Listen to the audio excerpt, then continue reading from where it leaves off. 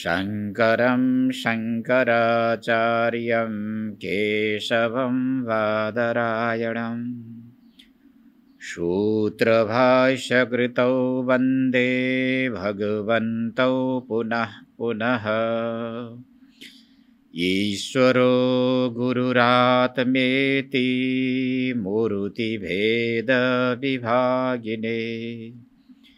व्योमवद्व्याप्तदेहाय दक्षिणामूर्तये नमः। सच्चिदानन्दरूपाय विश्वोत्पत्त्यादिहेतवे तापत्रयविनाशाय श्रीकृष्णाय वयं नुमः।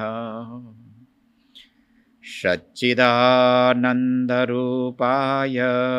गुरवे बुद्धिसाक्षिणे संसारतापदग्धानां शरण्याय नमो नमः।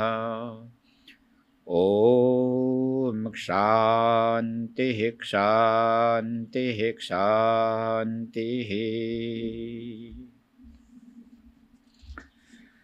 राजोवाच अथ भागवतं ब्रूत यद्धर्मो यादृशो नृणाम् यथाचरति यद्ब्रूते यैर्लिङ्गैर्भगवत्प्रियः।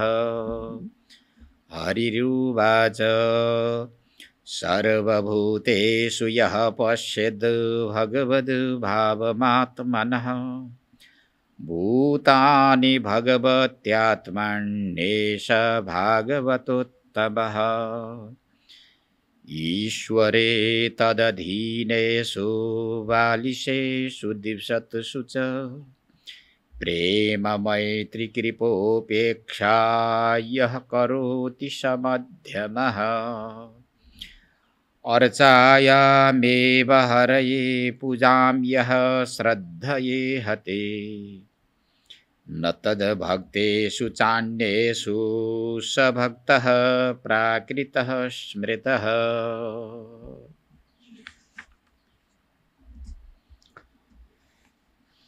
तो स्वाध्यायको क्रममा चलिरहेको प्रसङ्गमा राजर्षि निमिको जिज्ञासालाई कृतार्थ गराउँदै कवि नामका मुनिले प्रथम प्रश्नको उत्तर प्रदान गरिसक्नु भएको छ। पहिलो प्रश्नको विषयमा हामीले चिन्तन गर्यौं, संक्षिप्ततया चिन्तन गर्यौं। विशेष रूपले यदि व्याख्यात्मक रूपले जानी हो भने अब यसैमा नै महिनौं दिन लाग्न सक्छ। सारा उपनिषदहरू एकै श्लोकमा निहित छन्। महर्षि वेदव्यासको बुद्धि हो। भागवतलाई वेदव्यासको समाधि भाषा भनेर बताइएको छ। देवर्षि नारदको उपदेश अनुसार आँखा बन्द गरेर सरस्वती नदीको किनारमा मनबुद्धि चित्त अहङ्कारलाई परमात्मामा समर्पण गरेर चिन्तन गर्दै अर्थात् समर्पण गरेर बसेको अवस्थामा अन्तःकरणका बीचबाट प्रस्फुटित भएको यो शास्त्र, त्यसैले यसलाई समाधि भाषा भनेर भनिन्छ। महर्षि वेदव्यासले विशेष चिन्तन गर्नुभएको छ। अब वेदव्यासका यी चिन्तनहरूलाई विशेष व्याख्या गर्दै जाँदा हाम्रो मति बुद्धिले जति भ्याउँछ त्यति मात्र गर्ने, तर अथाह छ। संक्षिप्ततया संकेत गर्दै प्रथम प्रश्न अर्थात् पहिलो प्रश्नमा दुईवटा जिज्ञासा थिए। आत्यन्तिक जीवात्माको कल्याण कसरी हुन्छ, पहिलो थियो यो। दोस्रो जिज्ञासा थियो भागवत धर्म केलाई भनिन्छ, कस्ता कस्ता व्यक्तिहरूले धारणा गर्न सक्छन् भागवत धर्म, र यो भागवत धर्मको स्वरूपलाई उपदेश गरी बक्सियोस् भन्ने जुन प्रश्नहरू थिए अब त्यसको उत्तरमा कवि नामका योगेश्वरले उत्तर दिनुभयो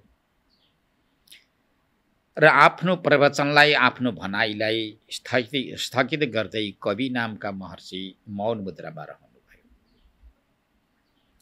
किनकि विधिवत 9 आसनमा बसाउनु भएको छ, 9 प्रकारका प्रश्न गर्नु छ राजालाई। प्रश्नहरू नैसर्गिक रूपमा आएका छन्। प्रश्न केवल आफ्नो हितलाई मात्र ध्यानमा राखेर राजर्षिले गर्नुभएको छैन। ब्रह्मज्ञानी महापुरुषहरूका लक्षण यस्तै हुन्छन्। महापुरुषहरू अर्थात् विशेष चिन्तन गर्ने व्यक्तिहरूले आफ्नो मात्र चिन्तन गर्दैनन्। सारा जीवहरूको कल्याण कसरी हुन सक्छ, सबैको उपकार कसरी हुन सक्छ, यस विषयलाई ध्यानमा राखेर नै उनीहरूले प्रश्न गर्ने गर्दछन् र कर्महरू गर्ने गर्दछन्। राजर्षि विदेह निमिले पनि मात्र आफ्नो कल्याणको लागि प्रश्न गर्नुभएको छैन। संसारमा भड्किरहेका, आफ्नो स्वरूपलाई भुलिरहेका, आफ्नो यथार्थ स्वरूपलाई भुल्नुको कारणले संसारमा भड्किरहेका जो जीवहरू छन्, यस्ता जीवहरूको कल्याणलाई ध्यानमा राखेर प्रश्न गरिरहनु भएको छ। मनुष्य भएर जन्मिसकेपछि आफ्नो लागि मात्र कर्म नगर्नको लागि ऋषिमुनि महर्षिहरूले सङ्केत गरेका छन्। 84 लाख योनि यन्त्र मध्येमा मनुष्यको सृष्टि अत्यन्त उत्कृष्ट सृष्टि भनेर बताइएको छ। मनुष्यले चाह्यो भने सबैको उपकार उद्धार गर्दै आफ्नो उपकार गर्न सक्छ, आफ्नो आत्माको कल्याण गर्न सक्छ। अब चाहेन भने पशु पक्षी भन्दा पनि गए गुज्रेको हुन सक्छ। मनुष्यको शरीरमा विशेष प्रकारको शक्ति सञ्चार गरिदिनु भएको छ परमात्माले। यो कुरा हामीले सङ्केत गर्दै आएका छौँ।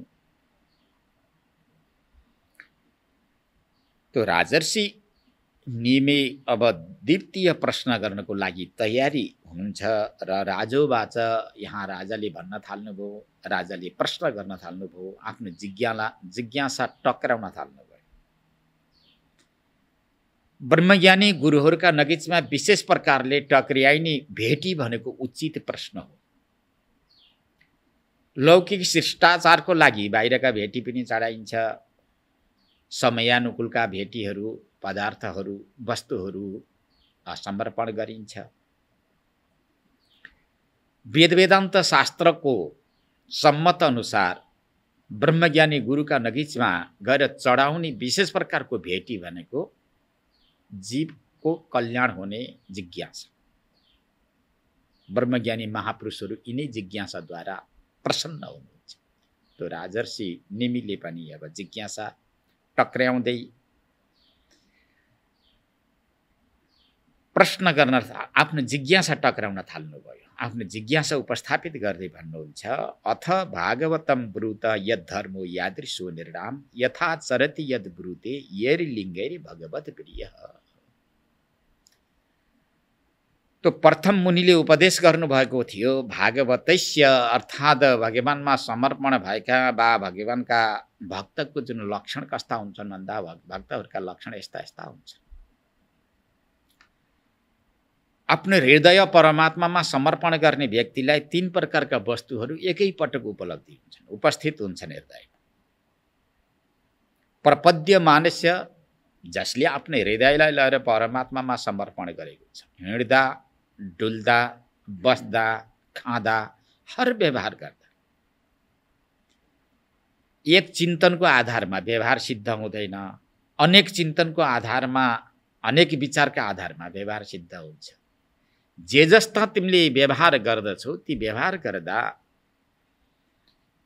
भगवान्मय बनेर परमात्माको स्मरण गर्दै सारा विश्व ब्रह्माण्ड परमात्माको अधीनमा छ वा आधारमा रहेको छ भन्ने भावना गर्दै हृदय समर्पण गर्दै कर्म गर, गरेका कर्महरू बाधक हुँदैन।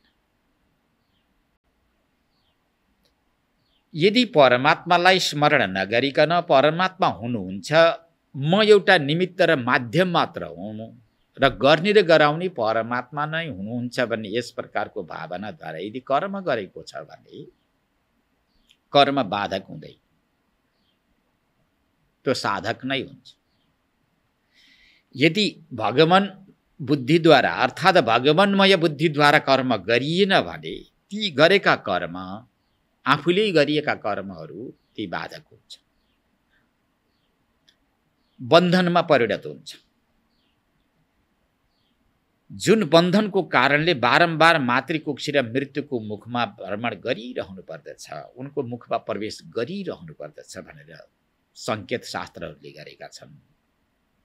त्यसैले आफ्नो हृदयलाई जसले समर्पण गरेर कर्म गरेका छन् भने त्यस्ता व्यक्तिका नगिचमा 3 प्रकारका वस्तुहरू उपस्थित हुन्छन्।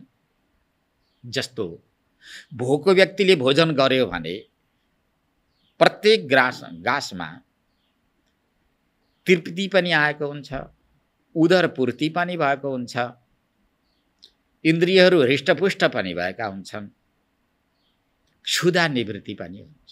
सुन्दर दृष्टान्त दिएर आफ्नो प्रवचनलाई उपसंहार गर्नुभएको छ कवि महर्षिले।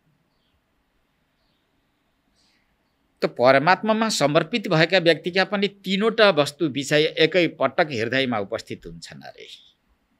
भक्ति, विरक्ति र भगवत प्रबोध।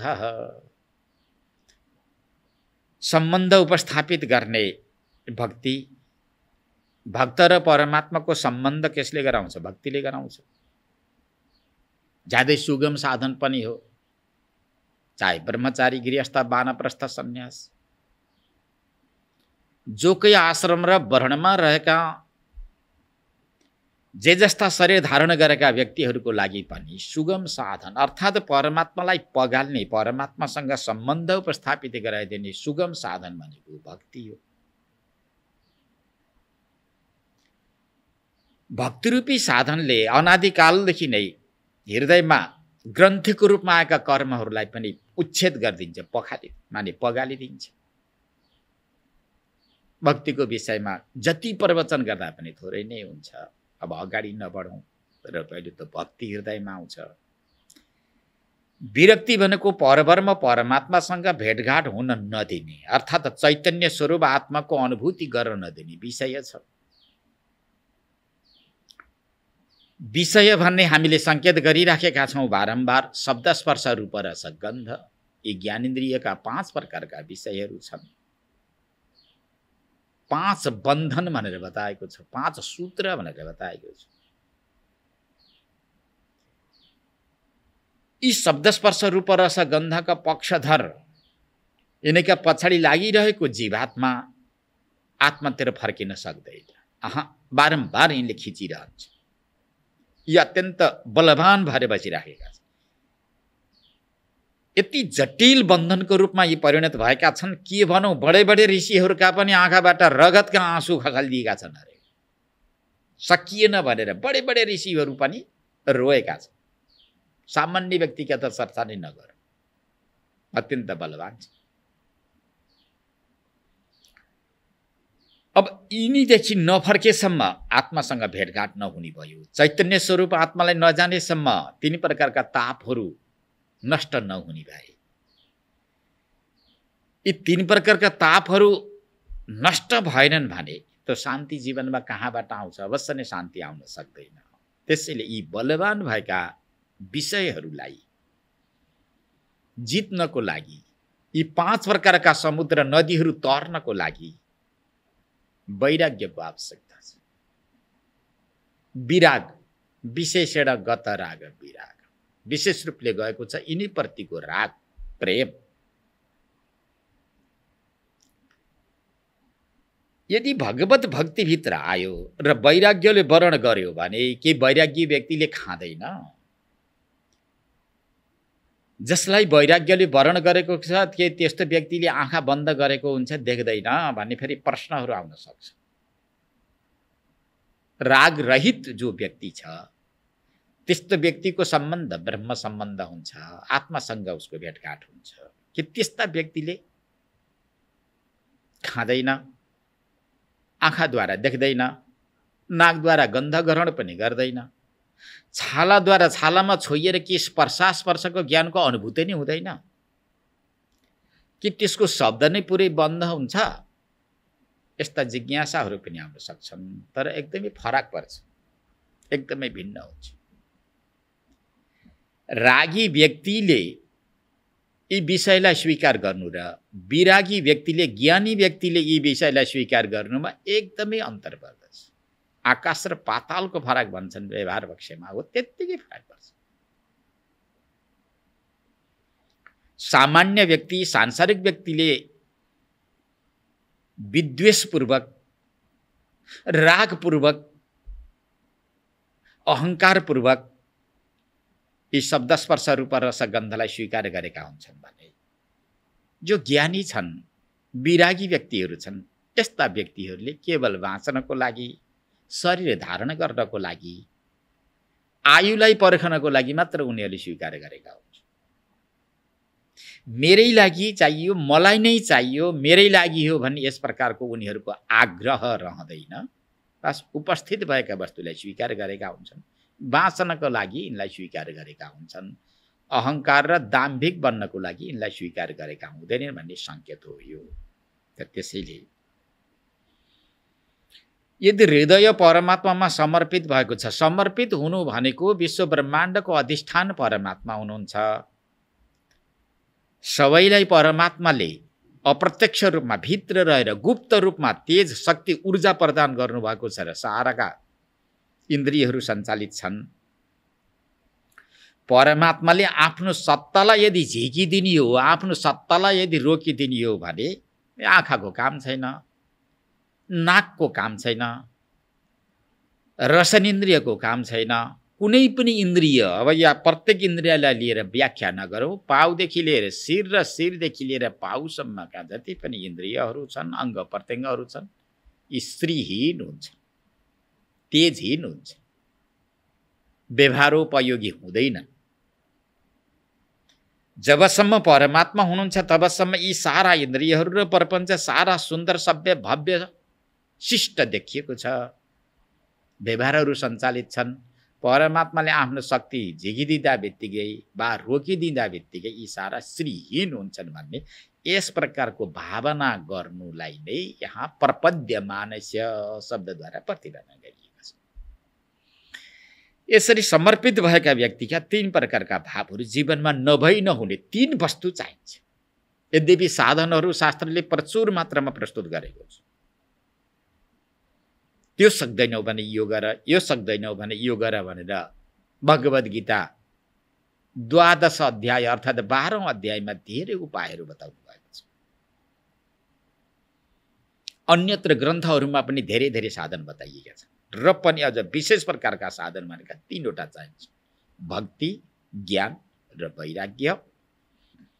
भक्तिले परमात्मासँग सम्बन्ध उपस्थापित गरिदिन्छ। भक्त र भगवानको संयोग हुन्छ।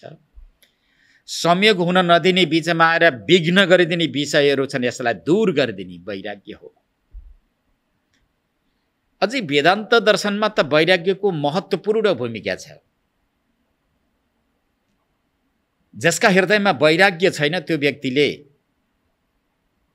ब्रह्मचिन्तन गर्नै सक्दैन भनेर बताइएको छ। महत्त्वपूर्ण भूमिकाको रूपमा यहाँ लिइएको छ वैराग्यलाई। वैराग्य आउँछ भगवत प्रबोध भनेको परब्रह्म परमात्माको रूप जस्तो त्यस्तो रूपलाई उसले स्वीकार गर्न सक्छ भनेर भन्दै गर्दा यही प्रपद्यमानस्य भन्ने भावलाई यहाँ उद्धृत गर्दै प्रश्न गर्नुहुन्छ राजर्षि नेमीले। हे भगवान, त्यस्ता भगवानका भक्तसँग भेटघाट नभए त जीवन अधुरो हुँदो रहेछ नि। भगवानसँग सम्बन्ध उपस्थापित गर्दै संसारमा विचरण गरेका जो महापुरुषहरू छन्, त्यस्ता महापुरुषहरूसँग भेटघाट भएन भने त सामान्य संसारमा लुटपुट भएका जीवात्माहरूले त आफ्नो कल्याण कसरी हुन्छ जान्न सक्दा रहेनछ। यी भगवानका भक्त हुन् भनेर अब चिन्ने जान्ने कसरी त? आखिरीमा शरीर हेर्दा त उस्तै छ। यो पाञ्च भौतिक शरीर,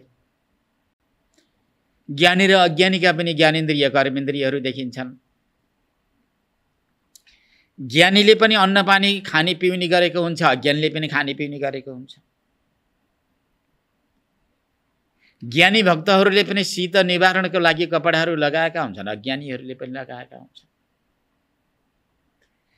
ज्ञानी भक्तहरूका पनि दुईवटै गोडा हुन्छन्, दुईवटै हात हुन्छन्, दुईवटै नाक हुन्छ, नाकका पुवाल पनि दुईवटै हुन्छन्, आँखा पनि दुईवटै हुन्छन्। मानव शारीरिक दृष्टिले हेर्दा कुनै पनि भेद भिन्नता देखिँदैन। फेरि त्यस्ता भक्तको फेरि भेटघाट नभए, ती भक्तसँग अर्थात् भगवानका भक्तसँग भेटघाट नभए सांसारिक सामान्य प्राणीको उद्धार र कल्याण हुनु कसरी? त त्यसैले अब यिनको विषयमा सोध्न चाहन्छु। अथ त्यसपछि भागवतम ब्रुतः, हे भगवान, भगवानको विषयमा अर्थात् भगवानका भक्तको विषयमा बताउनुहोस्। यहाँ भागवत शब्दले ग्रन्थलाई नलिएर भगवानका भक्त, परमात्मामा पूर्णतया समर्पित भएका, परमात्मादेखि अतिरिक्त विश्व ब्रह्माण्डमा कुनै पनि अस्तित्व स्वीकार नगर्ने भएका समर्पित भक्तलाई यहाँ भागवत भनियो। त्यस्ता भगवानका भक्तको विषयमा ब्रुत भनेको हजुरले बताउनुहोस्। के बताउनुहोस् भने यद धर्म, कस्तो धर्मलाई स्वीकार गरेर संसारमा भ्रमण गर्ने गर्छन् उनीहरू, कुन धर्मलाई जुन स्वीकार गर्दछन् वा कस्तो आचरणलाई लिएर उनीहरू संसारमा भ्रमण गर्दछन् र हामीले चिनौँ। अमुक धर्मलाई स्वीकार गरेर हिँड्ने व्यक्ति ज्ञानी हुन् वा भगवानका भक्त हुन् भन्ने कुरा अब चिन्न जान्न पर्यो। जान्नको लागि उनीहरूको अब कुन धर्मलाई लिएर हिँडेका हुन्छन्। यादृश भनेका त्यस्ता ब्रह्मज्ञानी अर्थात् भगवानका भक्तको स्वभाव कस्तो हुन्छ। यादृश शब्दको अर्थ यहाँ स्वभाव गरिएको छ, कस्तो स्वभावमा हिँडेका छन्। धर्म भनेको यदा कदा उनीहरूले प्रशस्त रूपमा सगुण परब्रह्म परमात्माको उपासना पनि गरेका हुन्छन् अरे। धर्मको प्रचार गर्ने बेलामा पनि विभिन्न प्रकारका दृष्टान्तहरू दिएर प्रचार गर्छन् अरे। त्यो कस्तो धर्म, कुनलाई लिएर, कुन शब्दलाई लिएर उनीहरूले प्रचार गर्छन् र उनीहरूको स्वभाव कस्तो हुन्छ। त यादृश भनेको कस्तो स्वभावमा ती ऋषिहरू रहन्छन् र कसैको अलिकति क्रोधित स्वभाव पनि हुन्छ अरे। कोही सामान्यतया रिसाइहाल्यो भनेदेखि यो भगवानको भक्त होइन कि भनेर भन्न पनि मिल्दैन। ज्यादै सौम्य र शिष्ट छ भन्दैमा पनि अब भित्रको भाव कस्तो छ त्यो पनि अब बुझ्न जान्न सकिँदैन। र ती कुन स्वभावको आधारमा उनीहरू संसारमा विचरण गर्दछन्, मनुष्यहरूको बिचमा, निर्णाम भनेको मनुष्यको बिचमा उनीहरूको धर्म कस्तो हुन्छ र स्वभाव कस्तो हुन्छ। दुईवटा प्रश्न। 3 मा यथा आचरति, अब उनीहरूले आचरण भनेको कर्म कस्तो गर्दछ, त उनीहरूको आचरण अर्थात् कर्म व्यवहार शिष्ट अशिष्ट कस्तो हुन्छ त्यो पनि बताउनुहोस्। यदब्रुते भनेको उनीहरूको बोली भाषा शैली कस्तो हुन्छ, कस्तो बोली बोल्छन्, वाणीमा दम हुन्छ कि हुँदैन, लौकिक शब्द मात्र उच्चारण गर्छन् वा त्यसदेखि अतिरिक्त अरू शब्द नि उच्चारण गर्दछन्। यो ब्रुते त उनीहरूले कस्तो बोल्दछन्। यही लिङ्गेर उनीहरूको चिन्ह कस्तो हुन्छ त, कस्तो स्वरूपमा उनीहरू घुम्ने गर्दछन्। यहाँ 5 प्रकारका प्रश्न गरेका छन्। यद धर्म, यादृशः, यथा आचरति आचरण, ब्रुते यद ब्रुते भनेको उनीहरूले जस्तो बोल्दछन्। यर्लिङ्गै भनेको उनीहरूको चिन्ह कस्तो हुन्छ, बारेपट्टि के कस्तो भेष धारण गरेर उनीहरू संसारमा भ्रमण गर्ने गर्दछन्। निर्णाम भनेको मनुष्यको बिचमा व्यवहार गर्दै गर्दा उनीहरू यी कस्ता कस्ता चिन्हका साथमा, कस्तो रूपमा, कस्तो कुन आकार प्रकारको रूपमा भ्रमण गर्ने गर्दछन् र जुन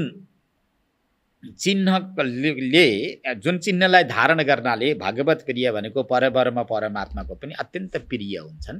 र यी 5 प्रकारका ऋषिहरूका अर्थात् भगवानका भक्तका जुन लक्षणहरू बताउनुहोस् भनेर यसरी जिज्ञासा राख्नुभयो राजर्षि निमिले।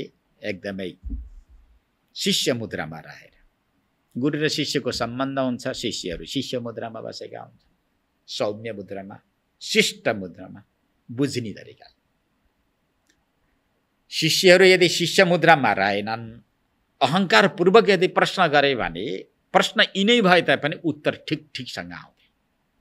शिष्य शिष्य मुद्रामा रहोस्, बुझ्नको लागि, जान्नको लागि, तर्नको लागि।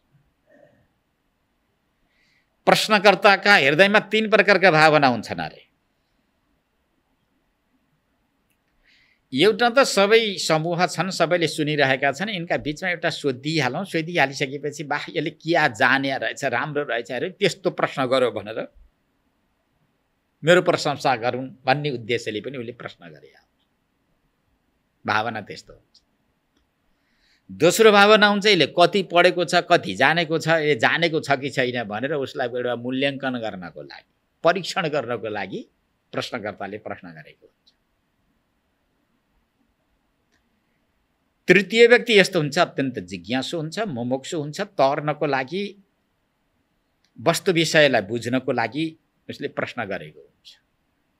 वस्तु विषयलाई बुझ्नको लागि, जान्नको लागि आफूले साधना गर्दै गर्दै जाँदा कहाँ अवरोध भयो, कहाँ रोकियो, कहाँ सन्देह रह्यो र यात्रा अगाडि बढ्न सकेन, हो त्यसको विषयमा शिष्ट सौम्य मुद्रामा रहेर प्रश्न गर्यो भने उसले यथार्थ वस्तु पाउँछ। राजर्षि निमि परीक्षण गर्नु थिएन ऋषिको। राजर्षि निमिले कुनै नाम प्रतिष्ठा कमाउनु थिएन कसैको बीचमा गएर यहाँ प्रश्न गरिदिँदै गर्दा कति ज्ञानी रहेछन्, ठुला रहेछन् भनेर त्यहाँ नाम कमाउनु पनि थिएन, नाम पहिले कमाइसकिएको छ। परन्तु यो तृतीय मुद्रामा रहेर राजर्षि निमिले प्रश्न गर्नुभएको छ, ब्रह्मका रूपको अनुभूति गर्नको लागि, अरूलाई अनुभव गराइदिनको लागि।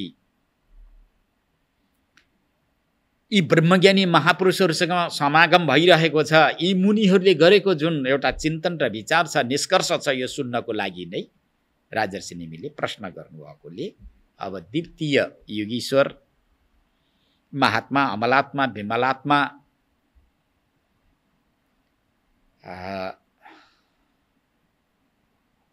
यी आकाशवत् पवित्र भएर संसारमा भ्रमण गरिरहेका छन्, जसलाई वात रसना भनेर बताइएको छ, दिगम्बर मुद्रामा छन्। र ती मध्येमा अब दोस्रा ऋषि हरि, पहिला कवि भए, द्वितीय ऋषि हरि उत्तर प्रदान गर्नको लागि तम तयारी भएर आसनमा रहनुभयो, शरीर सिधा गर्नुभयो, परब्रह्म परमात्माको चिन्तन गर्नुभयो। शिष्यले प्रश्न गर्दा बित्तिकै गुरुले पनि चिन्तन गर्नुहुन्छ, परब्रह्म परमात्मासँग त्यो उसको हृदयलाई छुनी गरी शब्द प्रयोग गर्नको लागि शब्द माग्नुपर्छ, त्यसै हुँदैन। बागाधिष्ठात्री सरस्वती आमा जिह्वाको अग्रभागमा आएर बसिदिनु भएन भने जान्न बुझ्नको लागि जिज्ञासु मुद्रामा बसिरहेको त्यो जिज्ञासुका जुन प्रश्न छन् तिनीहरूलाई तृप्ति नबनाउन पनि सक्छ। त्यही भएर बागाधिष्ठात्री सरस्वतीको ध्यान गर्दै उत्तरदाताले उत्तर दिनुहुन्छ। द्वितीय ऋषि हरि, हरति पापमिति हरि, हरति अज्ञानमिति हरि, हरति वासनामिति हरि, जसले वासनालाई हरण गरिदिन्छ, पापलाई हरण गरिदिन्छ, दुष्कृत कर्मलाई उपदेशद्वारा जसले हरण गरिदिन्छ, त्यस्ता द्वितीय ऋषिको नाम के हो? हरि, हरति अज्ञानमिति। अब द्वितीय ऋषिले उत्तर प्रारम्भ गर्दै भन्नुहुन्छ। उत्तर गर्नुभन्दा पहिला अब भगवानका भक्तलाई 3 रूपमा विभाजन गर्नुहुन्छ, 3 श्रेणीमा विभाजन गर्नुहुन्छ, उत्तम, मध्यम र सामान्य। कनिष्ठ भन्दा पनि हुन्छ, सामान्य भन्दा पनि हुन्छ। संसारमा विचरण गर्दै गरेका, भ्रमण गर्दै गरेका जो भक्तहरू छन्, उपासना गर्दै गरेका भक्तहरू 3 कोटिका हुन्छन्, 3 प्रकारका हुन्छन्। 3 प्रकारका भक्तहरूको भावलाई प्रस्तुत गर्दै हरि नामक ऋषिले यहाँ उत्तर प्रारम्भ गर्दै भन्नुहुन्छ। राजर्षि सर्वभूतेषु यः पश्येत् भगवद् भावमात्मनः भूतानि भगवत्यात्मन्येषः भागवतोत्तमः। सर्वप्रथम उत्तम भागवत अर्थात् उत्तम खाले भक्तको यहाँ स्वभाव, शैली, दिनचर्या राजर्षिले प्रश्न गरे अनुसारका सारा लक्षणहरू घट्ने खाले उत्तर दिँदै भन्नुहुन्छ। सर्वप्रथम उत्तम खाले भक्तको दिनचर्या र स्वभाव शैलीलाई प्रस्तुत गर्दै भन्नुहुन्छ। यह भनेको जो आत्मनः सर्वभूतेषु आत्मनः भगवद् भावम पश्येत्। यह भनेको जसले सर्वभूतेषु भनेको सारा प्राणीमा, जलचर स्थलचर नभचर यावत प्राणीहरू यहाँ छन्। जलभित्र रहेका प्राणीहरूको पनि आफ्नै स्वभाव शैली छ। स्थल भनेको पृथ्वीमा रहेका प्राणीहरू जीवहरूको पनि आफ्नै स्वभाव शैली छ। आकाशमा उड्दै गरेका जो पक्षीहरू छन् उनी पनि आफ्नै आफ्नै प्रकृतिमा जुन उडेका हुन्छन्, आफ्नै स्वभाव शैली छ। यी सबैमा जति पनि शरीरधारीहरू छन्, यो सर्व शब्द भनेको सर्व पर्याय हो, सबैलाई लिइन्छ। यहाँ मनुष्यले मात्र होइन। प्राय गरेर चर्चा गर्दै जाँदा मनुष्यलाई लिएर धेरै उपदेश गर्ने लिने दिने गरिन्छ। शास्त्रले सङ्केत पनि त्यस्तै त्यस्तै गर्छ। मोक्षको अधिकारी मनुष्यको शरीर नै हो। मनुष्यको शरीरद्वारा नै मोक्ष सम्भव छ भन्ने सन्दर्भलाई लिएर विशेष गरेर कहीँ कहीँ, विशेष गरेर भनौँ, कहीँ कहीँ नभनौँ, विशेष गरेर मनुष्यको शरीरलाई लक्षित गर्दै उपदेश गरिन्छ। तर यहाँ सर्व शब्दको प्रयोग गर्दै भन्नुहुन्छ। यह भनेको जसले, जुन ज्ञानीले वा जुन भक्तले सर्वभूतेषु भनेको सारा प्राणीमा, चाहे जलचर थलचर नभचर दृष्ट अदृष्ट जे जति यहाँ शरीरधारीहरू छन्, ती सारा शरीरधारीहरूमा आत्मनः भगवद् भावम, आफ्नो व्यापक ब्रह्म चैतन्यको भाव। आत्मनः भनेको आफ्नो, भगवद् भाव भनेको ब्रह्म भाव। आफू के हो? ब्रह्म हो। आफू के हो? चैतन्य हो। आफू जुन चैतन्य छ, यो आफू चैतन्य नै, चैतन्यलाई नै सर्वभूतेषु भनेको सारा प्राणीभित्र देख्ने, अर्थात् सिधै अर्थ गर्दा आफ्नो आत्मालाई नै यावत जीवात्माका शरीरभित्र देख्ने, यावत जीवात्माहरू। अब यो र ऊ भन्नु यहाँनिर छ।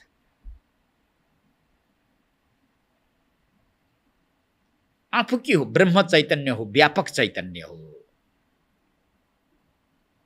यहाँ सिधै अर्थ गर्दै जाँदा यदि कसैले अप्ठ्यारो लाग्दैन भने सामान्य भक्तलाई यो अप्ठ्यारो लाग्छ।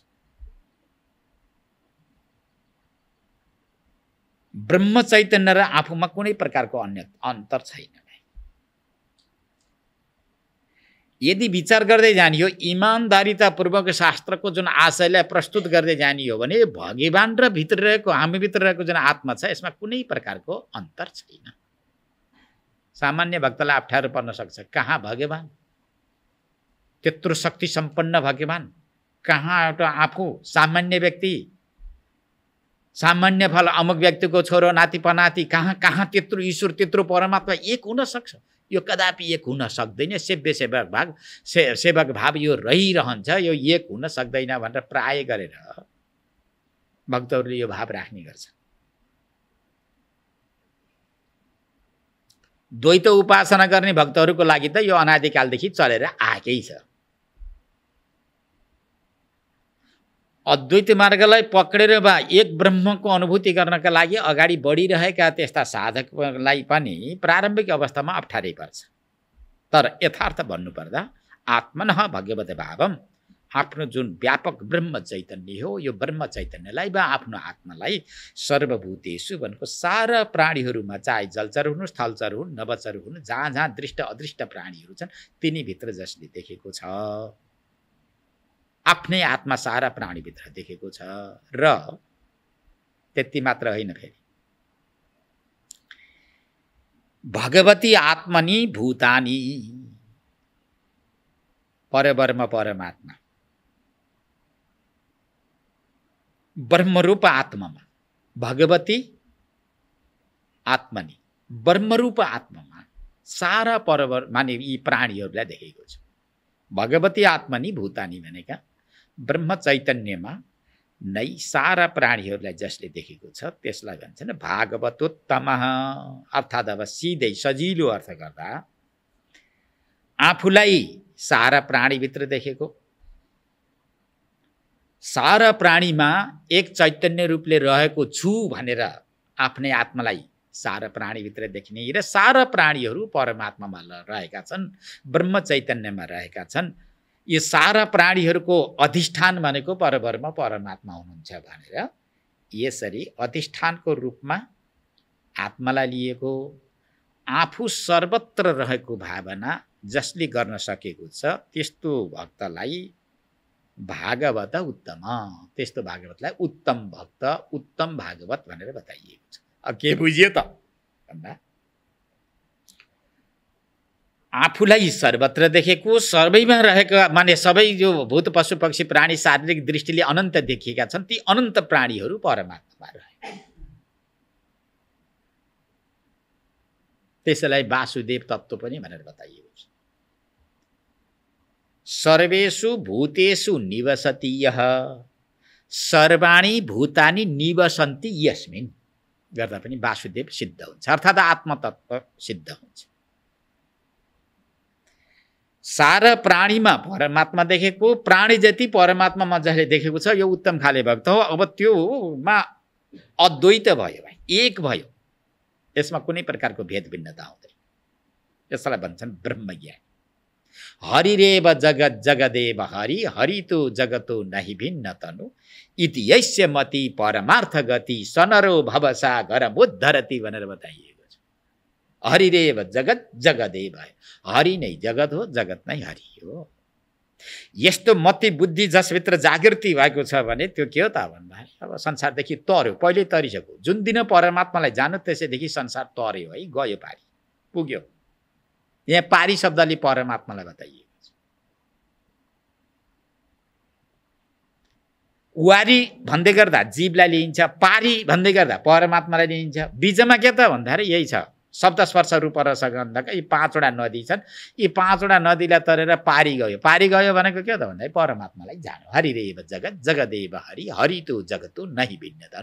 हरि र परमात्मामा कुनै प्रकारको भेद भिन्नता दिएन। यस्तो मति जसभित्र जागृति भएको छ भने त्यो ब्रह्मज्ञानी भयो। ब्रह्मवेद अमृतम पुरस्तात् ब्रह्म पश्चात् ब्रह्म दक्षिणतश्चोत्तरेण अधस्तोर्ध्वं च प्रसृतम ब्रह्मवेदम विश्ववेदम वरिष्ठम भनेर बताइन्छ। ब्रह्मवेदम विश्ववेदम वरिष्ठम, उच्च कोटिको जुन ज्ञानी छ त्यसले यो कुनै प्रकारको भेद भिन्नता देख्दैन।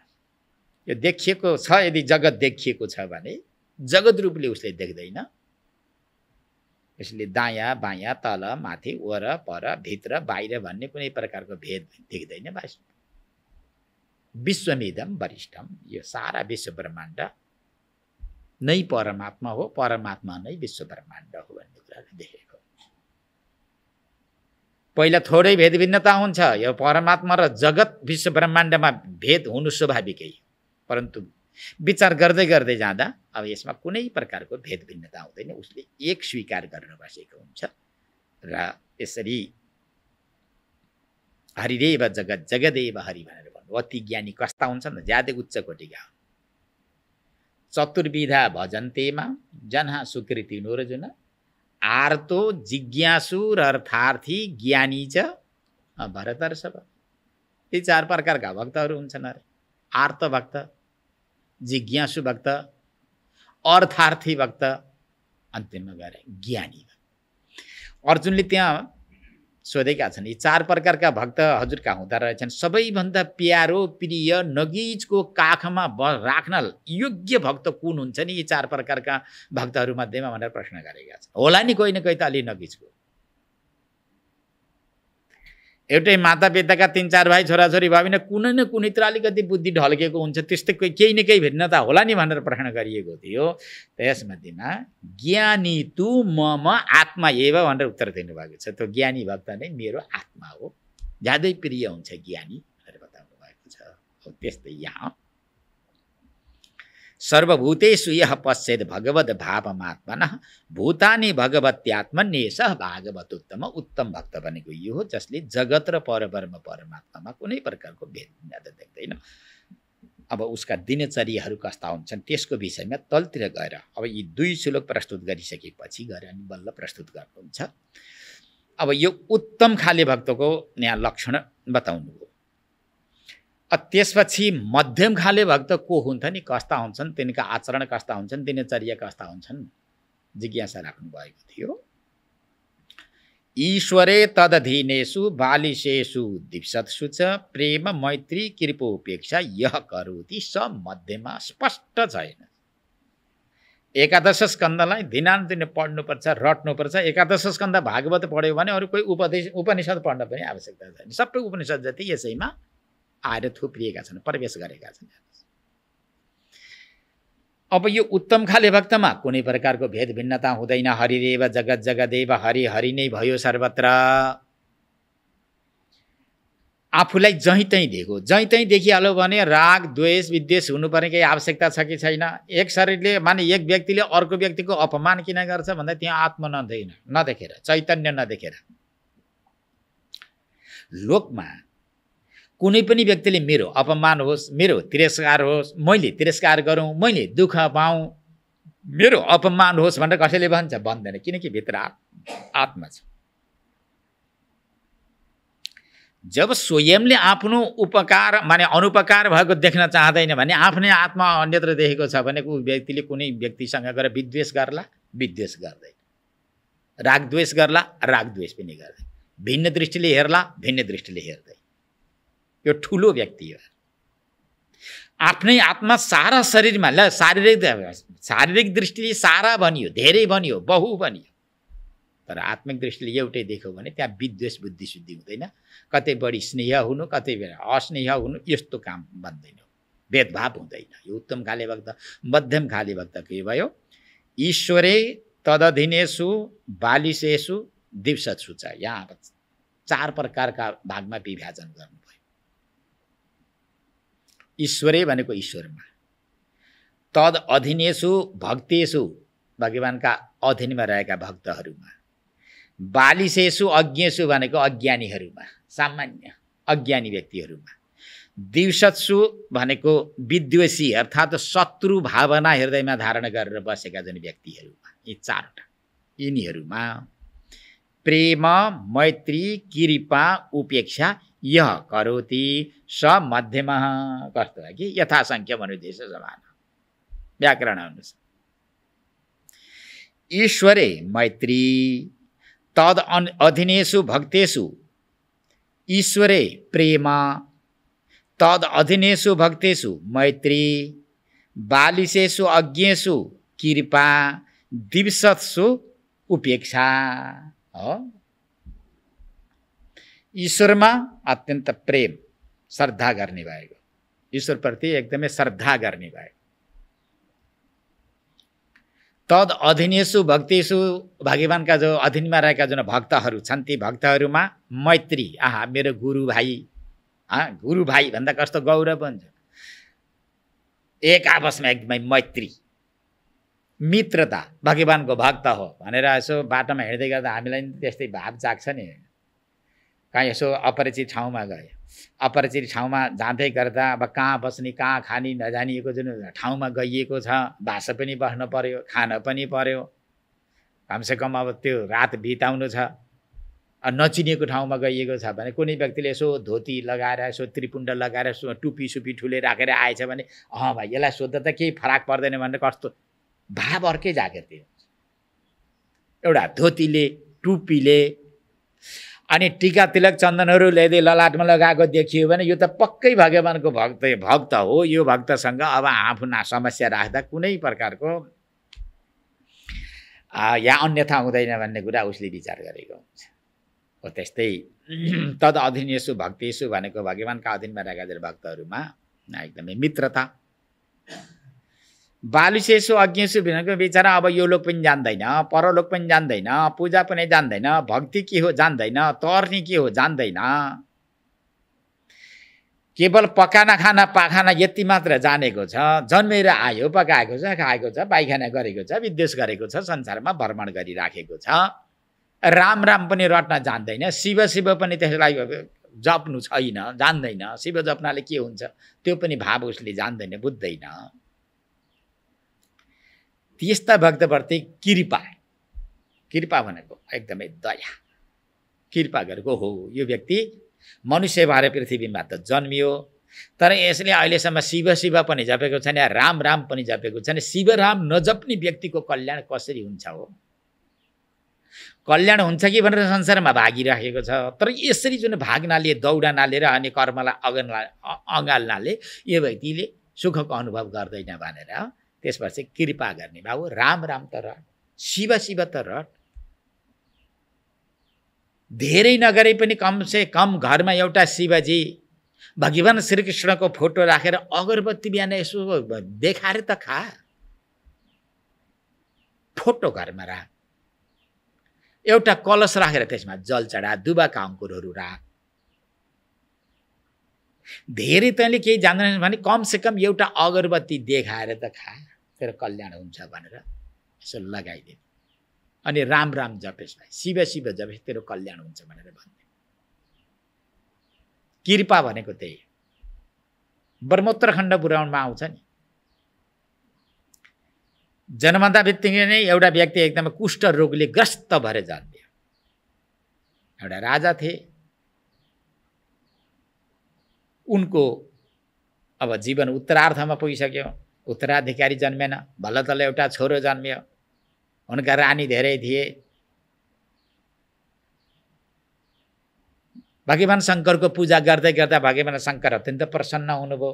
प्रसन्न भएका भगवानसँग उसले वरदान माग्छ। के चाहियो तँलाई वरदान माग भनेर भगवान शङ्करले भन्नुहुन्छ मलाई छोरो चाहियो भन्छ। ल त ल तँलाई अब छोरो दिन्छु। त्यत्रो तपस्या गरेर छोरो माग्यो। ल त ल तँलाई मैले दिन्छु भनेर दिएन। रानी गर्भवती हुन्छ। धेरै रानी थिए, एउटै रानी गर्भवती हुन्छ। अरू रानीलाई सह्य हुँदैन, डाहा हुन्छ। यसले छोरो जन्मायो भने अब राजाको प्रेम, राजाको स्नेह यही रानीप्रति मात्रै हुन्छ। हामी उपेक्षित हुन्छौँ, हामी तिरस्कृत हुन्छौँ। यही रानी कहाँ हामी दासी भएर बस्नुपर्छ। दिदी बहिनी हो के गरौँ, अब हामीले के जुन गर्नाले उचित हुन्छ दासी नहुनको लागि भनेर अन्य रानीहरू बसेर मिटिङ गर्न थाले, बैठक गर्न थाले। अरे उनको भावना नि ठिक छ। कुलमा एउटा सन्तान जन्म्यो भने पिण्ड तर्पण पानी सबै चलेको हुन्छ, राम्रो कुरा हो भन्ने उनले त्यस्तो कल्पना गरे। राजाको प्रेम पनि यही रानीप्रति हुन्छ। यो महारानी भएर दरबारमा बस्छ, हामी दासी भएर घुम्नुपर्छ। दिदी बहिनी हो के गरौँ भनेर उनीहरूले मिटिङ गर्न थाले, बैठक गर्छन् नि। अहिले बैठक गर्दै थिए अनि अन्त्यमा निर्णय भएछ। त्यति छिटो निर्णय त हुन सकेन। हे माताजीहरूको बैठक मिटिङ सिटिङ भयो भने त्यति छिटो त्यो निर्णय हुन सक्दैन। कचङ र कुचुङ यो सामान्य व्यवहारमा बढी भुलेका हुन्छ।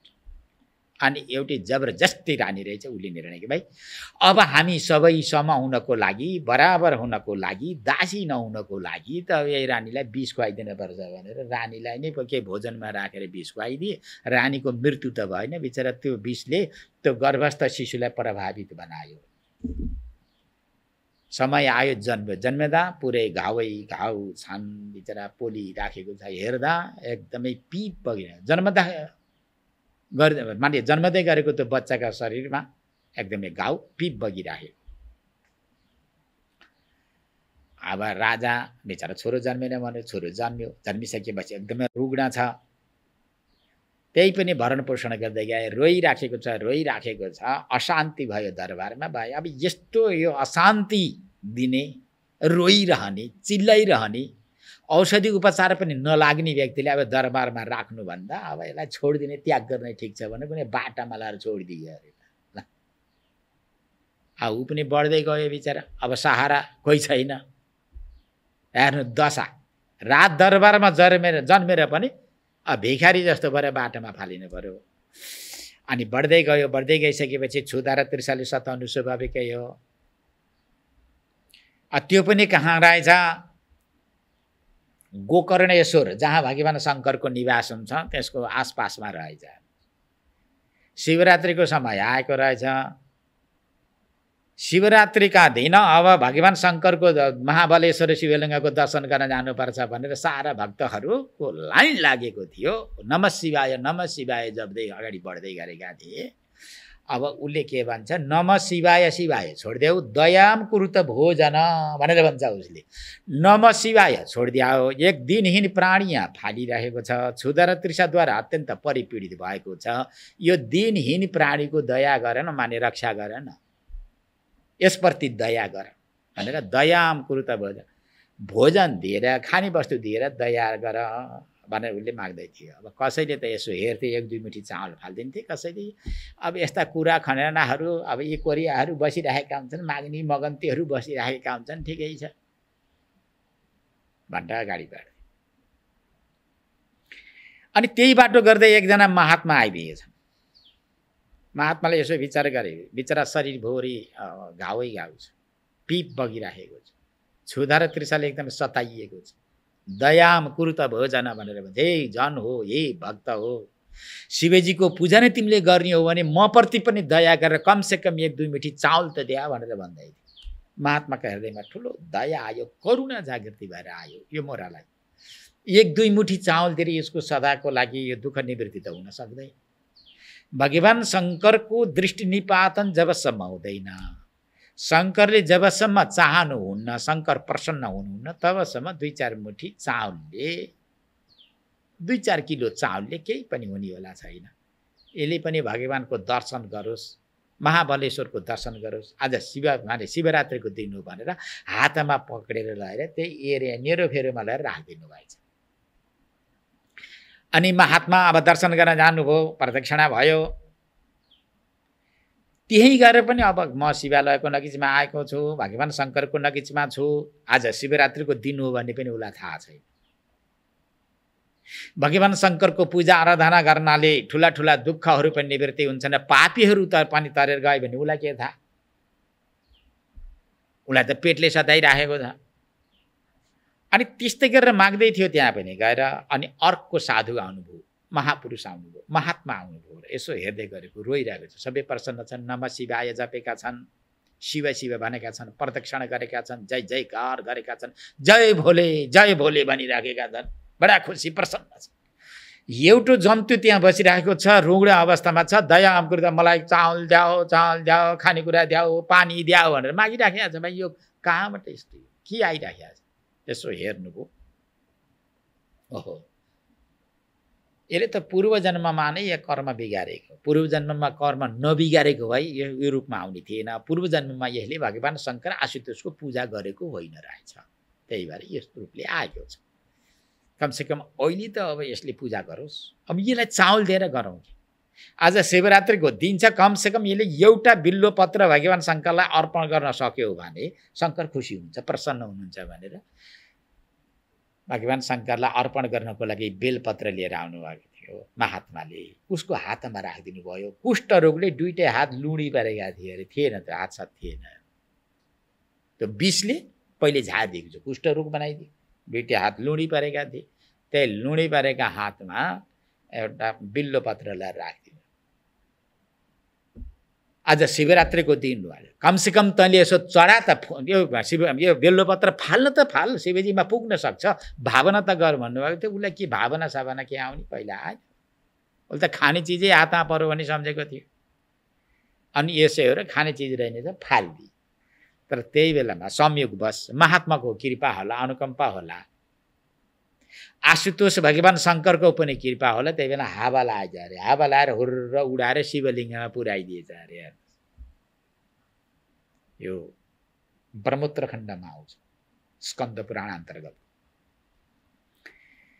त्यसपछि त उसको शरीरमा भएको जुन डाहा थियो कर्मिक रूपले कमी हुँदै हुँदै हुँदै हुँदै हुँदै गयो। गइसकेपछि अनि बल्ल सुन्यो अरे, ओम नमः शिवाय सबैले रटिरहेका, शिव शिव रटिरहेका, जय जयकार गरिरहेका, जय भोले भनिरहेका बल्ल आवाज सुनियो। अहिलेसम्म त्यसले आवाज सुनेको थिएन, किनकि हावाले पनि ठुलो काम गर्यो। त्यो हावा पठाइदिनु पर्ने भए सायद भगवान शङ्करकै कृपा होला, महात्माको करुणा दया होला। त्यो बिल्लोपत्र त्यहाँ पुग्दा बित्तिकै जीवनमा परिवर्तन आयो। अनि त्यसपछि अब म बाँच्न चाहन्न, म बाँचेर के यहाँ फाइदा छ? भगवानको पूजा पूर्वजन्ममा मैले गर्न सकेको रहेनछु। आशुतोष शङ्कर आज प्रसन्न हुनुभएको छ, शङ्करले दया गर्नुभयो। शङ्करले दया गर्नुमा पनि कारण गुरु रहनुभयो, महात्मा रहनुभयो। अब म शरीर धारण गर्न चाहन्न भन्दै थियो। भन्दा भन्दै भगवान शङ्करका दूतहरू आएर दिव्य शरीर त्यहाँबाट निकालिदिन्छन्। यस्ता यस्ता माने कथाहरू त्यहाँ आउँछन्, दृष्टान्तहरू आउँछन्। अब अत्यन्त सुखी भयो, सदाको लागि प्रसन्न भएर गयो। अनि पूर्वजन्मका चरित्र म पूर्वजन्ममा के थिएँ र अहिले म यस्तो रुग्ण भएर जन्मेँ भनेर उसले सोधेको छ। ती सबै लामा चरित्र छन्, त्यतातिर जानु छैन। को मतलब के त भने कृपा भनेको जुन भक्तले संसारमा फँसेको छ, दुखी छ, भगवान शङ्करको उपासना गर्न जानेको छैन, हरिको उपासना गर्न जानेको छैन, त्यस्ता भक्तप्रति दया कृपा। अनि द्विसत्सु भनेको जो नास्तिक छ, दाम्भिक छ, शत्रुत्व बुद्धि धारण गरेर बसेको छ, मातापिताको निन्दा गर्छ, गुरुको निन्दा गर्छ, धर्मको निन्दा गर्छ, विद्वेषी भएर जानेको बसेको छ। कहाँ छन् भगवान? तेरा भगवान भाइ हामीलाई देखा पनि भन्न पछि पर्दै। त्यस्ता विद्वेषी व्यक्तिप्रति उपेक्षा, यसको कोही योसँग कोही सङ्गत गर्नु हुँदैन, यसको भनाइमा ध्यान नै दिनु हुँदैन भनेर यसलाई उपेक्षा गरेको छ। सामान्यतया हेर्दा ठिकै हो व्यवहार पक्षमा, तर के हो त भन्दा यहाँ दृष्टिमा भेद भयो भने दृष्टिमा भेद भयो।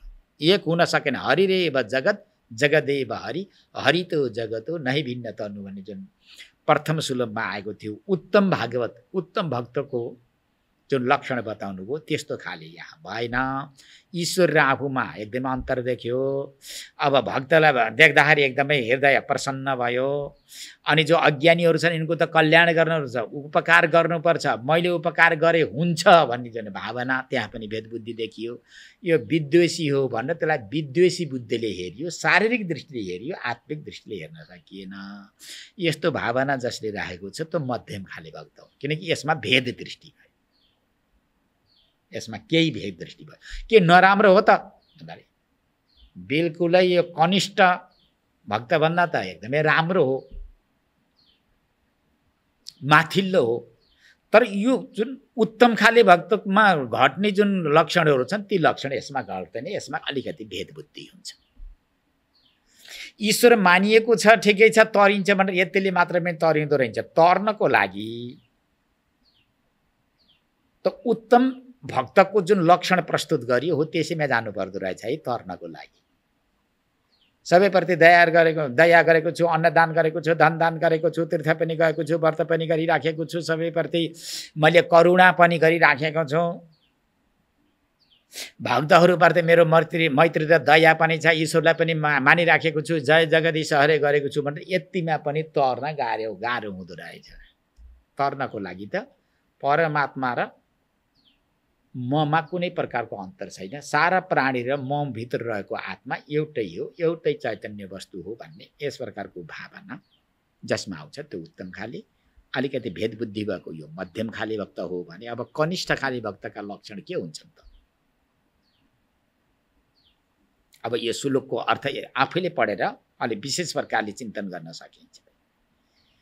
त ईश्वरे प्रेम तद अधीनेषु भक्तेषु मैत्री बालिसेषु अज्ञेषु कृपा र द्विषसु उपेक्षा, यो बुद्धि जसमा हुन्छ त्यस्तो भक्त मध्यम खाले भयो भने अब कनिष्ठ सामान्य खाले भक्तका लक्षण कस्ता हुन्छ? कसलाई सामान्य भनिन्छ भन्दा अर्चायाम एव हरये पूजाम यह श्रद्धये हते न तद भक्तेषु चान्येषु स्वभक्तः प्राकृत स्मृत।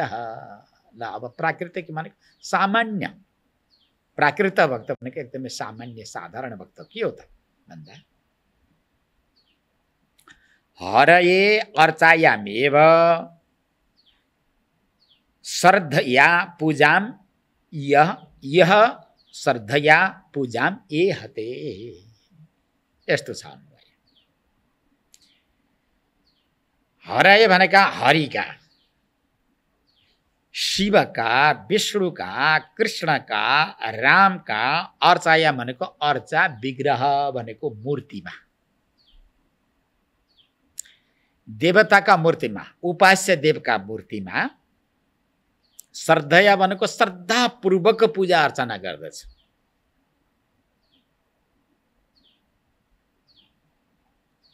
श्रद्धया इहते भनेको श्रद्धापूर्वक पूजा गर्दछ। पूजा गर्नमा उस एकदमै चेष्टा हुन्छ। मन्दिरभित्र प्रतिष्ठापित इष्टदेव चाहे शिव, विष्णु, कृष्ण, राम, देवी, गणेश, सूर्य जे हुन्, यहाँ हरये पाठ अनुसार हरये भनेको हरिमा, हरिका अर्चा विग्रह भनेको मूर्तिमा मात्रै, पूजा कसरी गरेको छ, ज्यादै श्रद्धापूर्वक भक्तिपूर्वक निष्ठापूर्वक गरेको छ, श्रद्धापूर्वक गरेको छ, त सामान्य श्रद्धा पनि छैन हो, एकदमै पूजा गरेको छ। परन्तु न तद भक्तेषु अन्येषु न, भगवानका जुन भक्तहरू छन् वा अन्य प्राणीहरू छन्, अन्येषु भनेका अन्य प्राणीहरू, भगवानका भक्त र त्यसदेखि अतिरिक्त अन्य प्राणीहरूमा पनि न भनेको भगवानलाई देख्न सक्दैन, इष्टदेवलाई देख्न सक्दैन, तिनीहरूको पूजा पनि गर्दैन। तिनीहरूको पूजा गर्न भगवानका भक्तको सम्मान गर्न र अन्य प्राणीहरूको पनि पूजा गर्न त के गर्न पर्यो, तिनीभित्र त हरि देख्न पर्यो, तिनीभित्र परमात्मा देख्न पर्यो, र तिनीभित्र परमात्मा नदेख्ने भएको।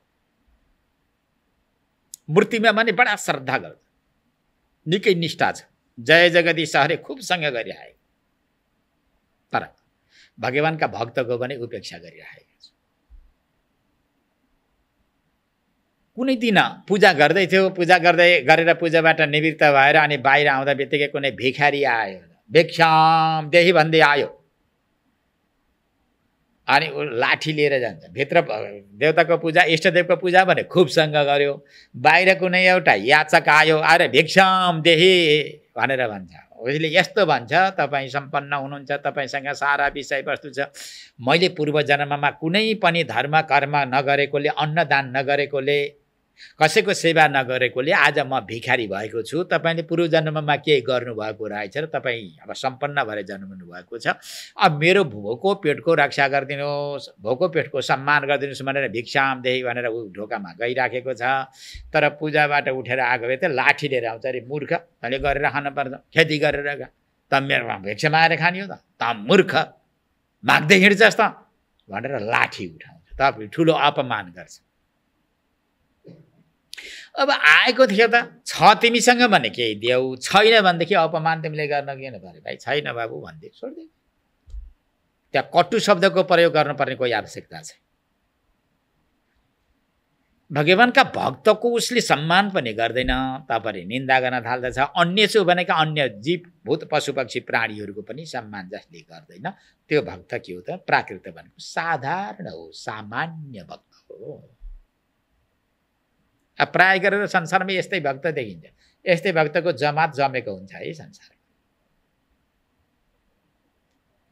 मन्दिरमा गएको छ, पूजा अर्चना गरेको छ, जय जगदीश हरे गरेको छ, यी सारा जुन पूजा अर्चना पनि गरेको छ, तपाईँ एक सुकाको अगरबत्ती लगाएर 1 करोडको माग पनि राखेको हुन्छ भगवानसँग। त्यसलाई नास्तिक भन्न मिलेन। केही वस्तु चाहियो भनेदेखि कमसेकम गएको त छ, 1 सुकाको आधा सुकाको कमसेकम ऊ लिएर त अगरबत्ती लिएर त गयो, नास्तिकै भन्न त मिलेन। अब आस्तिक भन्नु भनेदेखि कसरी यसलाई आस्तिक भन्नु, विभिन्न प्रकारका शर्तहरू तेर्साएको। भगवानको पूजा अर्चना अर्थात् भक्तिमा शर्त तेर्साउनु हुँदैन। उसले जानेको छ त ईश्वर न कानु हो,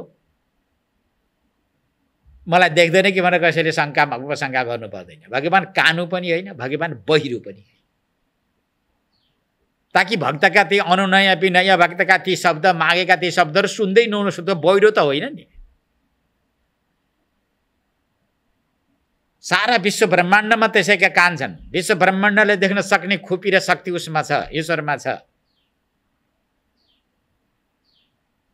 धेरै भक्तहरू मन्दिरमा आएका छन्, अरू जुन चिल्लाइरहेका छन्, मागेका छन्, त्यो अरूको मागलाई परमात्माले सुनेर पुरा गरिदिने। मेरो अलि आवाज कमी भएर सुन्दैन कि यो कुरा होइन, उसले त भावलाई देख्ने, हृदयलाई देख्ने हो, मुटुलाई हेर्ने। सबैको मुटु हृदयले यदि नछाम्ने हो भनेदेखि त ईश्वरै हुँदैन, भगवान नै हुँदैन नि। सबै जाने। तर त्यहाँ भाव कस्तो भने खुबसँग मूर्तिमा मन्दिरमा गएको छ, लुटुपुटु भएको छ, ताली बजाएको छ, जय जयकार गरिराखेको छ, परन्तु अन्य प्राणीमा यदि परमात्मा देख्न सकेन, पूजा गरिरहेको ईश्वरलाई यदि अन्य शरीरमा देख्न सकेन भने त्यसले इष्टदेवको अपमान गरिरहेको छ। भगवानका भक्तसँग उसको सम्बन्ध उपस्थापित हुन सकेन, सम्मान गर्न सकेन भने त्यसले जुन वस्तु पाउने त्यो वस्तु पाउन सक्दैन। त्यसैले मूर्तिमा मात्रै पूजा गर्ने धेरै हुन्छन् र बाहिरबाट सारा प्राणीभित्र ईश्वरले नदेख्ने भक्तहरूको जमात यो संसारमा धेरै हुने भएकोले यस्ता भक्तलाई प्राकृत भनेको सामान्य साधारण कनिष्ठ खाले भक्त भनेर जुन बताइएको छ। त्यसैले मतलब के त मन्दिरभित्र प्रतिष्ठापित देवताको पूजा किन गर? यद्यपि प्रतिष्ठापित देवता पनि शिलाका हुन्, पत्थरका हुन्, ढुङ्गाका हुन् वा धातुका हुन्, त्यो धातु त जड नै हो। तर त्यो मूर्तिलाई जड रूपले मात्र देख्नु हुँदैन, त्यहाँ प्राण प्रतिष्ठा भएको ईश्वरकै रूपमा छ। मन्दिरमा मात्र तिमीले भगवान देख्यो र त्यसदेखि बाहिर के गर्ने नि? मन्दिर त कत्रो छ, कति फुटको होला, कति हातको होला र? 100, 150, 200 हातको होला ल, 1000 हातको होला।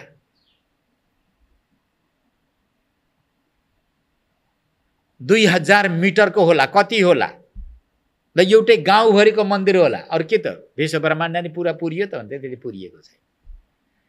त्यो भित्र रहेका मूर्ति कति एरियामा प्रतिष्ठित हुनुहुन्छ? एउटा सीमित एरियामा प्रतिष्ठित हुनुहुन्छ।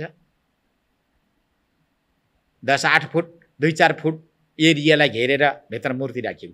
त्यही मूर्तिमा मात्र ईश्वरलाई देख्ने, बाहिर नदेख्ने हो भने ठिक भएन। त्यो त्यसरी पूजा गर्नु भन्ने यो त वेदको आज्ञा हो। त वेदको आज्ञा अनुसार हामीले पूजा गरेका छौँ, अन्यथा त हामीले गरेका छैनौँ भनेर कसैले फेरि प्रश्न गर्ला, बाबु यस्तो हो। त्यो एकदेशीय उपासना हो। मन्दिरभित्र रहेको परमात्माको पूजा गर्दा गर्दा तिमीभित्र दिव्य दृष्टि खुल्ला, समष्टि दृष्टि खुल्ला।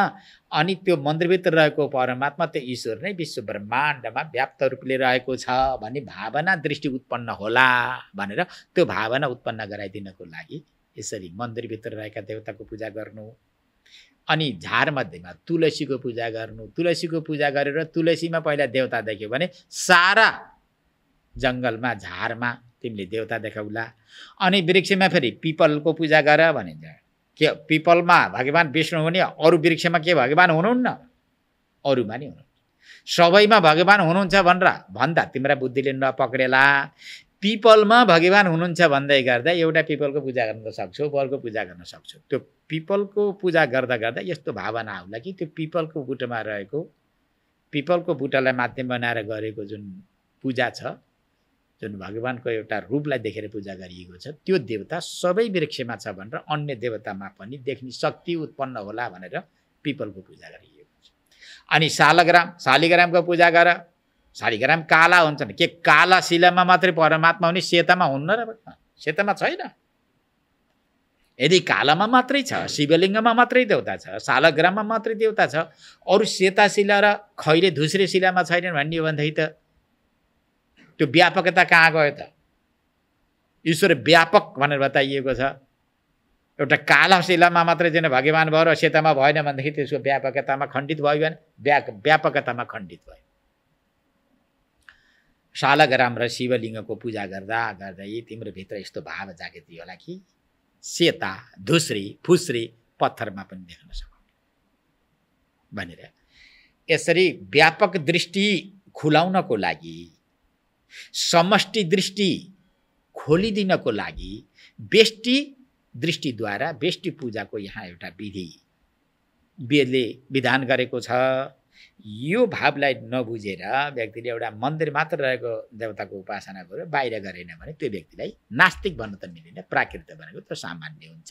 उत्तम खाले भक्तको भाव पनि बताइयो, मध्यम खाले भक्तको केही दृष्टिमा भेद हुन्छ, कनिष्ठ खाले भक्तमा त सामान्य यो प्राकृत जुन भक्त छ यसमा त विशेष प्रकारको भेद हुने देखिएको छ। र अब पहिलो जुन भागवतोत्तम जुन भक्त हो, भक्तहरू मध्येमा श्रेष्ठ भक्त जुन छ, अब त्यसका धर्म कस्ता हुन्छन्, नियम आचरण कस्ता हुन्छन्, त्यो भक्तको बोली भाषा शैली कस्तो हुन्छ, कुन चिन्हद्वारा चिन्हित हुन्छ, कसरी चिन्ने भन्ने जहाँ यी 5 प्रकारका प्रश्न आएका थिए, ती प्रश्नको अब उत्तरमा अब ज्ञानीका लक्षण यस्ता यस्ता हुन्छन्, उसको दृष्टि यस्तो हुन्छ, यो मुद्रामा त्यो रहेको हुन्छ, लोकोपकारको लागि यसरी भ्रमण गरेको हुन्छ भन्ने दृष्टान्तहरू दिँदै अब यो श्लोक प्रारम्भ हुन्छ। यो 48वां श्लोक यहाँ प्रारम्भ हुन्छ। अब यो श्लोकदेखि माथिको विषयवस्तु भोलि विचार गरौँला। अब आज समयले बिदा दिइसकेको छ। अब हामीले यो हेर्नुपर्छ कुन खाले भक्त हो। पहिले शास्त्र सुन्नु, सुनिसकेपछि शास्त्रलाई गुन्नु, गुनिसकेपछि शास्त्रलाई व्यवहारमा उतार। व्यवहारमा उतार्न सकियो भने सिद्ध भइन्छ, महापुरुष भइन्छ, महान भइन्छ, भाग्यवानको भइन्छ, अमलात्मा भइन्छ, विमलात्मा भइन्छ, तृप्तात्मा भइन्छ, कृतार्थ भइन्छ। सुनेर यदि ग्रन्थमा नै छोडिदियो भने बिचरा जस्ताको तस्तो हुन्छ। ठिक छ, श्रवण गरन्देरी समयको सदुपयोग त हुन्छ, तर त्यसले जति सुख दिनुपर्ने त्यति सुख दिन सक्दैन। त्यसैले अब यी उत्तम खाले भक्तको लक्षण यहाँ प्रस्तुत गर्दै हुनुहुन्छ। हरि ओम तत्सत्, हरि ओम तत्सत्। शङ्करं शङ्कराचार्यं केशवं बादरायणं सूत्रभाष्यकृतौ वन्दे भगवन्तौ पुनः पुनः। ईश्वरो गुरुरात्मेति मूर्तिभेदविभागिने व्योमवद्व्याप्तदेहाय दक्षिणामूर्तये नमः। ओम शान्तिः शान्तिः शान्तिः।